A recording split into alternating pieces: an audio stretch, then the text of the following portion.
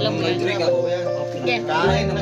Sabay mauna ka. Yung manager namin, interview Paliw na niyan. sa gates, pumunta. Ay, ako rito yan. Hindi ko ata alam yung muna niyan. Ano kasi muna niyan? Kasi di ako letter.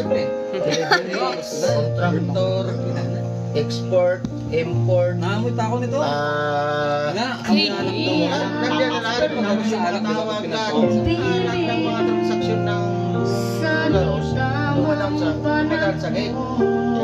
Nagkaroon na Sabi ko kasi kay mama ko pag-uwi namin. Kung bakit ngayon Pagdating ko, pumasok ako. ang isang pagmula Ito yung mga nagkakilata na pinalis. Na ayos namin ng operator. Kaya nakilala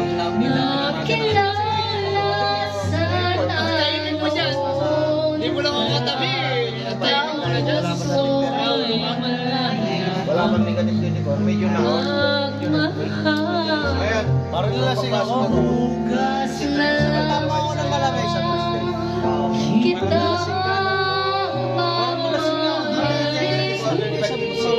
wala pa naman. Nakakaulat ako. Daming mga bangkong. Diyos ko yung mga mo. Dahil nung mga shipguys at pinito yung inimit. Noon pa yan eh. Hindi na kailangan i-coordinate sa amin na ganun-ganun.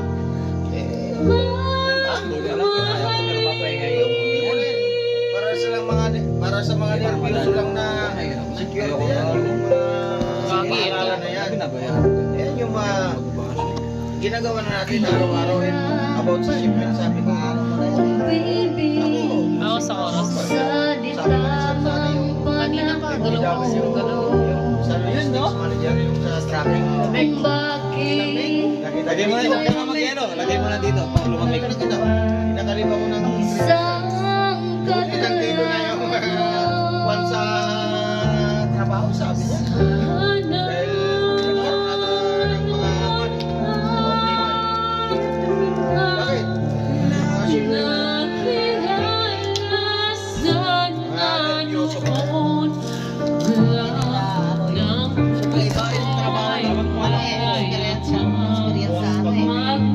Mga bago namin yan, puro mga 4 years pa rin yan. Galing sa mga kapil yan. Tinuturuan ko sila. Step by step. Details by details ng mga pagkuk namin yan. Export, import. Tanungin mo si Mark Cunanan pag tumawag sa akin yan. Pag ako ang sumagot sa kanya. Oy, thank you for calling. Security, good morning. Sir, good morning. Sabi ko, tanong ko lang kung anong mga shipment natin ngayon na nandyan pa. Mga emo. Good. Umalis na. Ito sir.